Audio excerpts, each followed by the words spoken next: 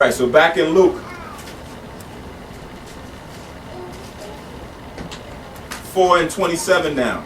It says, and many lepers were in Israel in the time of Eliseus, which is Elisha, the prophet, and none of them was cleansed, saving Naaman the Syrian. So you can read about that story in 2 Kings, the 5th chapter, who was a heathen who was like the captain of the host of the king of Syria, and he was a leper. And they had taken a maid out of Israel, and the maid was the one that spoke about Elisha being able to do these things, these miracles. And that word spread on to the king of Syria, and he sent his captain, Naaman, over to Israel to be healed. And, through, back and forth words of dipping in the river Jordan, why I gotta do it in Jordan, ultimately, he was cleansed. And then he realized that it was of the power of Israel that it was able to happen, and there's no other God but the God of Israel. And this is a heathen, right? So Yahushua is bringing all this to light to say, it's not always about you. We had people in the past amongst our own that the Most High didn't help and went elsewhere because of their unbelief. So the same thing can happen now. Don't think that you're not those same people. So he was making a parallel between the two, right? And let's see what their response is. So we're back in Luke, the 4th chapter, and the 28th verse. So again, those stories is in 1 Kings, the 17th chapter, and 2 Kings, the 5th chapter. The one with the widow and the other with the leper.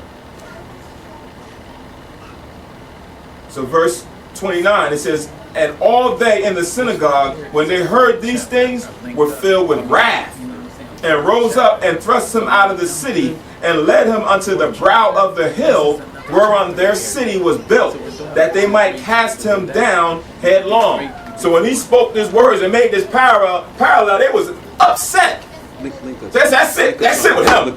This guy talking about he's coming to fulfill scripture and saying that the Most High don't really care for us. He's going to go somewhere else because of our unbelief. That it grabbed him, took him out of the synagogue, took him out of the city, and took him to the edge of the city to throw him off the cliff headlong. Right? But then it says in verse 30, but he, passing through the midst of them, went his way. How did that happen? How did that happen? If they grabbed him up and took him out of the synagogue, took him out of the city, led him to the edge of the cliff to throw him headlong off, how did he just get away and just go through the midst of them? How did that happen? It's funny because I remember seeing, I think it was Kenneth Copeland. He's like a big-time heathen pastor. He's supposed to be a guy who taught Creflo Dollar. That's his mentor, yeah. But he cracked me up one time. I was, watching TBN one Sunday just for counterintelligence purposes to hear, okay, what are these Christians up to now, so-called Christians? And he was talking about this same verse, and he was like, "Yeah, they pushed the edge of the cliff, and he pushed him to the edge of the cliff, and he just passed right through him. I don't know how he did. He just passed right through him." The way he said it was so funny. But spiritual power, right? Yahushua has spiritual power. It wasn't his time, nor was it the manner in which he was supposed to die. Right? Wasn't his time to die, nor was he supposed to die like that. He had to be the sacrificial lamb. So they let him out to try to kill him, but through spiritual power, he was able to get from, if they had him or whatever, just to walk through him. I think there's another story, I see your hand, there's another story in the gospel where Yahushua was, I think it's when they came to get him, I'm not sure. When the soldiers came and Yahushua had power and they fell right down. Like, oh, wow, okay. Yeah, they was all in. All of a sudden, they came to do something and boom, like they all fell down and they got back up, and Yahushua had to kind of let them know, like, you know who I am, pretty much. You know who I am, but it's not of my will right now. I gotta go through this, right? So he had power. If he could turn water to wine and this to that and everything else, of course, heal a leper, heal a lame. He can do or get away from any of these things because he has that power. And he didn't use the power haphazardly for vanity. He used it in order to do the will of the Most High, in order to continue on with his teaching that he's doing for those 3 years. I was going to say, anybody who reads comic books, they would call, like Marvel Comics, they would call that phase shifting. You can walk through solid objects. so to speak. Mm-hmm. And they got certain characters that can do that, like I think Shadowcat's one. Another guy, Shinobi Shaw, the son of Sebastian Shaw. Like I said, if folks don't read Marvel comics, they probably don't know what I'm talking about. But the point is, you know, art imitates life. Things you see in movies and art and comics, they take it from the scriptures a lot of times. Okay. So I'm going to continue on with verse 31. And came down to Capernaum, a city of Galilee, and taught them on the Sabbath days, as was the custom. And they were... So not just that one time. That was that one time, brother. Nah. On the Sabbath. One time. You kept doing that? Okay. Verse 32. And they were astonished at his doctrine, for his word was with power. Right? So when he went out to teach, it tells you, write down Matthew, the 7th chapter, the 29th verse. It says he taught with authority. Right? His word was power when he went into the synagogue to teach. He wasn't one who was second guessing himself, who was trying to throw out those, you know, I think it is this, such and such. No, he taught that one had authority over the Pharisees, the Sadducees, the scribes, and everyone else at that time. And they were astonished at it because it was coming from the carpenter. Where did he get this knowledge from? Right? And the Pharisees and Sadducees would have a hard time refuting or debating against it. So they were astonished at his doctrine. So that was Matthew 7:29. Verse 33. And in the synagogue there was a man which had a spirit of an unclean devil, and cried out with a loud voice, saying, Let us alone, what have we to do with thee, thou Jesus of Nazareth? Art thou come to destroy us? I know thee who thou art, the Holy One of the Most High God. So this man had an unclean spirit on him, right? Had a spirit of an unclean devil. Then it says when he spoke, it said, let us alone. So he had many spirits in him. It wasn't just one. He had many demons in him. And they all recognized Yahushua. They all knew who Yahushua was. Right? And they didn't say, oh, we about to go fight against Christ. We about to go war against the Messiah. No, are you come to destroy us? Because they knew the power that Yahushua had. Right. In the spirit, they understood him. Right. Why is that? Go to Colossians real quick. Come. That's right. Go to Colossians, book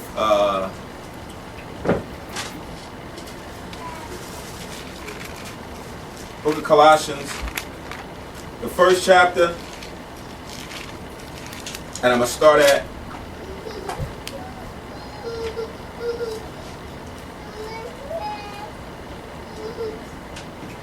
verse 7, and I'm going to jump.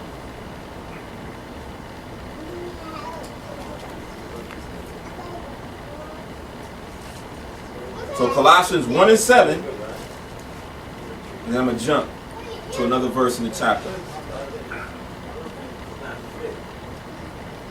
So it says, Colossians 1 and 7, as ye also learned of Epaphras, our dear fellow servant, who is for you a faithful minister in Yahushua, who also declared unto us your love in the Spirit. For this cause we also, since the day we have heard it, do not cease to pray for you, and to desire that ye might be filled with the knowledge of his will in all wisdom and spiritual understanding, that ye may walk worthy of the Lord unto all pleasing, being fruitful in every good work and increasing in the knowledge of God, strengthened with all might according to his glorious power unto all patience and long suffering and joyfulness, giving thanks unto the Father, which hath made us meet to be partakers of the inheritance of the saints in the light, or in light, who have delivered us from the power of darkness and have translated us into the kingdom of his dear Son, right? In whom we have redemption through his blood, even the forgiveness of sins, who is the image of the invisible power, the firstborn of every creature, right? So when we speak about the creation, Yahushua, the Son, is the firstborn of everything that was created. The first thing that was done. Then it says, for by him were all things created that are in heaven So who is the him? Yahushua, the Son, right? And then it says everything was created by him, everything that's in the heaven and that are in the earth, visible and invisible, whether there be thrones or dominions or principalities or powers. All things were created by him and for him, right? So this is speaking about Yahushua. The Most High created Yahushua and then gave all the blueprints and the power to him to go and create everything with the assistance of the other angels that was created by Yahushua, such as Raphael, Michael, Gabriel, Uriel, and the other ones that are not named, as well as Satan was created by Yahushua through the power of the Most High. That's what the scripture says. Everything was created by him, in heaven or in earth, invisible or things that we can't see. So now here it is when we go back to Luke the 4th chapter, and we see these unclean demonic spirits on this man. They weren't ready to fight him, as we're always taught that the devil and Satan, they always at it. They always fighting and this, that, and the third. No, Yahushua understands the role of Satan. Satan understands the role of Yahushua. Because they're both working under the authority of the Most High. So here it is, when the unclean spirits saw Yahushua, they was afraid. What are you coming to? You come to destroy us? We know who you are. You're the Holy One of the Most High God. That's the discussion that they had. But let's see how Yahushua handled the situation. Let's see what he said. Did he pull out a sword and try to fight or do whatever? Let's see what he did. Back to Luke, the 5th chapter, the 4th chapter, and the 35th verse. What, you stopped in what verse in Colossians? I stopped at the 16th verse. You stop at the 17th verse actually. But now in Luke 4 and 35, and Yahushua rebuked them, saying, hold thy peace, and come out of him. And when the devil had thrown him in the midst, he came out of him and hurt him not. Right? So the devil obeyed, or the demons that was on this man obeyed Yahushua. Even though this is not Yahushua's kingdom, this is not his dominion, they still understood who Yahushua was and his authority and his power, and they obeyed Yahushua and came out of the man and didn't hurt him when they came out of him. Then it says in verse 36, and they all were amazed, spake among themselves, saying, what a word is this? For with authority and power he commandeth the unclean spirits, and they come out.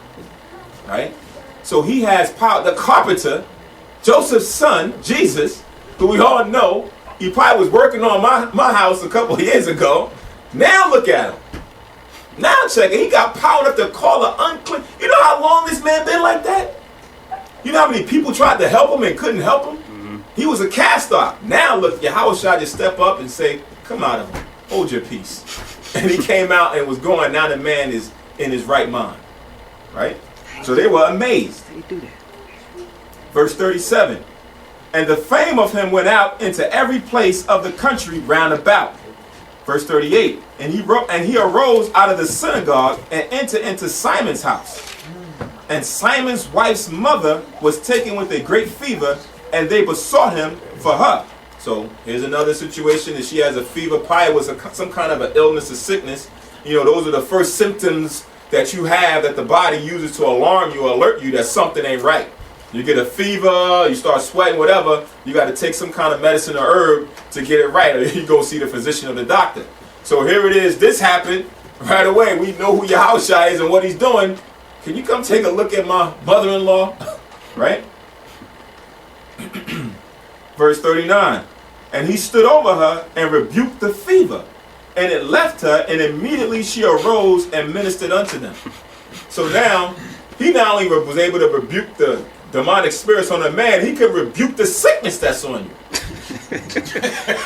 I'm gonna check your flesh. Right? Yo, it's crazy. He can rebuke the sickness that's on you. Dr. Yahushua. Yeah, and some people call them the physician, right?